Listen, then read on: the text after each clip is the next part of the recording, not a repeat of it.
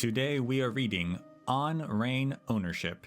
Exactly which titan do the raindrops falling on the ground belong to? Many a scholar has left behind mountains of debates regarding the answer to this question. This collectible can be found starting from the Marmoreal Palace Space Anchor or the Hall of Respite Space Anchor in Akama.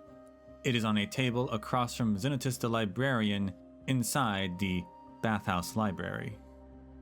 Rain falls from the sky. It gathers into rivers and flows into the sea. If that is the case, then do the sky-blotting raindrops belong to Aquila's sky or Fagusa's ocean?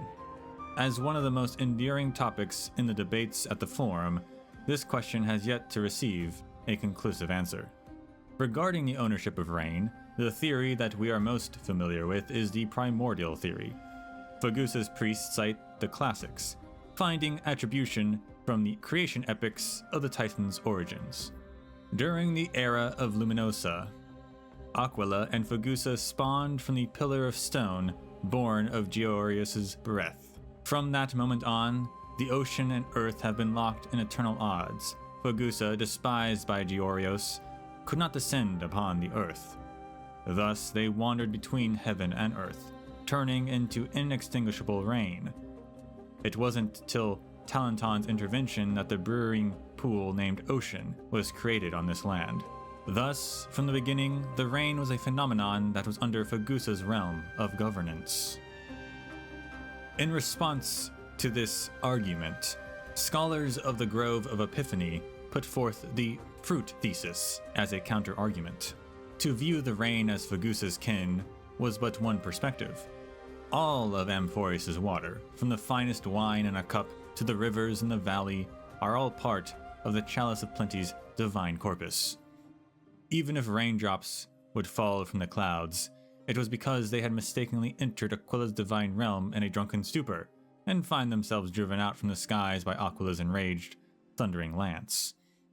With this reasoning, any matter containing water would be part of Fagusa. Ripened fruits also contain tasty juices, therefore the fruits on trees are also part of Fagusa. However, even a 3-year-old child from Castrum Crymnos would know that the fruits of the earth are gifts from the Bow of Rift. Thus, the proposition that rain is part of Fagusa is evidently highly contradictory. The rain in the sky was part of Aquila, absorbed by Flora, thus becoming the offspring of Circes. If any body of water is a part of Fagusa, that titan would even have to take responsibility for the black tide devouring the world. Among the many debates, there is no shortage of sophistry. Gordicus, a sage active during the beginning of Era Bellica, once declared in a public debate that rain should be a part of Mnestia's divine being. In the rain, people can still see the sky, the earth, and the ocean, but none have seen butterflies fluttering in the rain. When butterflies appear, the rain does not. When rain appears, butterflies vanish without a trace. One could posit that rain and butterflies were two halves of a whole, and that the golden butterfly symbolized Mnestia. The rain equally patters down on all that exists, causing cold and illness in both humans and beasts, but it only nourishes Flora, life forms protected by Circes. This inversely also proves that Mnestia, as Circe's partner, nourishes their lover's body in the form of rain.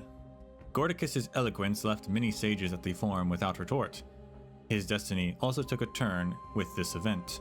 After being exiled on successive charges of blasphemy by 9 city-states, the proud sage fell by the coast and died in a huge downpour. It is said that returning fishermen saw countless sirens roiling up huge waves, carrying the lifeless Gordicus away with them in the tide. They said that Fagusa was angered by this prideful sage and turned his soul into a fish, keeping him by their side as a jester for all of eternity. Since the world still functions normally, the roles of the many titans governing it must be distinct. However, our wisdom is less than that of even a leaf in a forest. It is only natural that we cannot fathom the truth that constitutes Amphoris. Only those who acknowledge their own ignorance and approach questions with humility can inch towards Circe's logic. Gordicus's tale serves as a cautionary reminder for future generations.